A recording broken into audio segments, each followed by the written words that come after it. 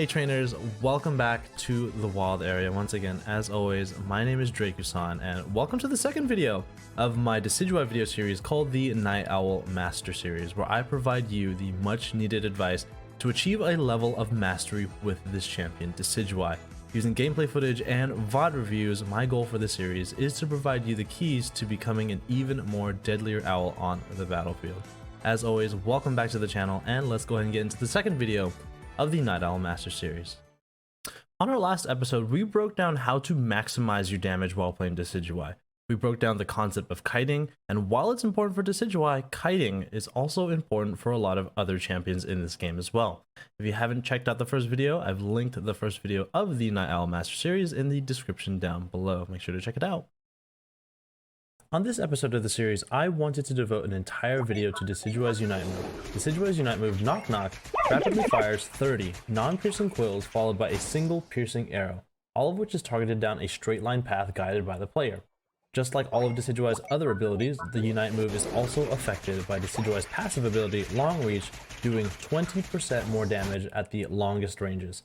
Additionally, if the final arrow strikes a target that is less than 50% HP, this arrow does an additional 30% more damage to that target as well. Decidueye's Unite is one of the more difficult Unites to use, as it doesn't allow for massive burst damage like other Unites, and it forces the champion to be anchored in place.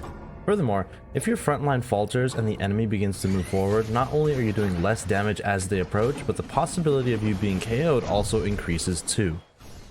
The purpose of this video is to discuss one primary topic: when is it best to use Decidueye's Unite? I think one thing we first need to set straight is our expectations for the Unite itself. Nock Nock was not made to inflict high amounts of damage, it's not a get out of jail free card, and while you can sometimes get some lucky secures on contested objectives, it's not really reliable to secure those, again, contested objectives. So really, what is it actually good for? I think the one important thing I want to say before talking about the situational advantages of the Unite, Decidueye's Unite move is not the champion's most important tool. In fact, I wouldn't say it's even Decidueye's second most important tool. I think my point is, don't be afraid to disengage your Unite well before your final arrow is shot. The Unite boost that you receive post-Unite can continue to apply pressure via the boosted attack speed, enhanced kiting ability, and in some very rare cases, using the invincibility frames from the startup of the Unite to receive a speed boost, cancelling the Unite, and then fleeing with your life. Now with that out of the way, let's return to our primary question. Once again, when is it optimal to use Decidueye's Unite? Similar to Delphox's Unite, its primary utility is that it causes AoE damage over time, and it's used to either block or force the enemy from a contested area or a contested objective. Decidueye's Unite functions the best when the enemy team has invested into a position they believe they would be able to hold.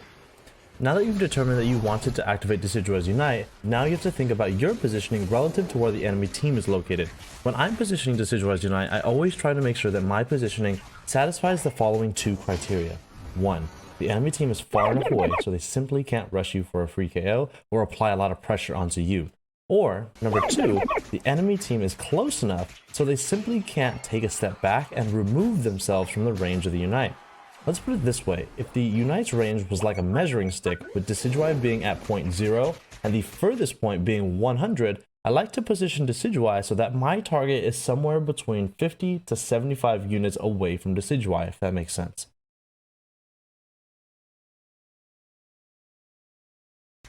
As we did in the first video of the Night Owl Master Series, let's now review some optimal and poor examples of Decidueye's Unite placement. In this first video, we're in the final stretch of the match and Zapdos has just spawned. The Zap Pit is daunting for most ranged characters, since they simply cannot do enough damage to a moving wall of enemy Pokemon, especially if they decide to press forward. Let's stop here for a moment to recognize the range that I activate Decidueye's Unite move. We'll bring up those markers from before and you'll notice right away that the pile lands predominantly in the green. I hesitantly kept the Unite active as the enemy team moved forward, but upon recognizing the low health bars, I continued to press on and keep the Unite active.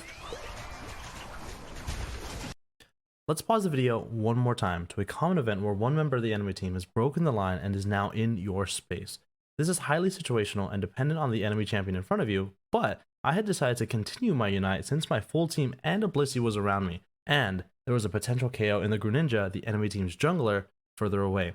In these very specific instances, trust that your team will keep you defended against that enemy champion. and continue to target low HP Pokemon that might be fleeing or are further away. Targeting in this manner allowed me to pick up a lucky KO onto the Crustle in front of me, and with the piercing with the last arrow allowed me to pick up the KO on the fleeing Greninja as well. In this next example, not much explanation is needed to show why this is a poor example of positioning using Decidueye's Unite move. Once again, Nock Nock is best used in conjunction with your team already engaging in a team fight. Solo uniting a single target in hopes to get massive burst damage will more than likely get you KO'd without doing any significant damage to your target. Not only is the enemy dangerously close, without a Blissey being around, this would have more than likely spelled a KO for this player. Alright, this video was featured earlier, but I wanted to bring up this video once more to talk about this powerful Rotom tier 1 push in the top lane. Once again, we're looking to position Decidueye's Unite such that the enemy is receiving AoE damage when on top of the tier 1 goal, but also damaging enemies when behind the tier 1 goal as they attempt to kite, grab berries, or retreat away. Always start Decidueye's Unite move with a Spirit Shackle to maximize your initial burst damage, since the next burst of damage won't be until the end of the Unite. If performed correctly, enemy team members will be forced to move away from the tier 1 goal, or risk taking continual damage or even a KO as the Unite is unleashed. As one final and advanced tip, always strive for perfect targeting with Decidueye's Unite move. At the highest skill level, quills should always be landing onto a target if possible. Whether it's wild farm, objectives, or enemy Pokemon, every little bit of damage is crucial for maximizing your Unite's utility. Alrighty everyone, that is going to go ahead and wrap it up for the second video of the Night Owl Master Series. Once again, Decidueye's Unite move is very difficult to use, but in the right hands, with the right critical decision making, you can really maximize Decidueye's Unite move for its utility and really maximize your team's benefit by winning team fights and potentially winning the battle as well. Once again, if you enjoy this type of Pokemon Unite content, please show your support by leaving a like on the video, subscribing to the YouTube channel to know when the next video of the Night Owl Master Series drops again, and again, if you want to meet me, you can also follow me on Twitch to know when I'm live streaming next.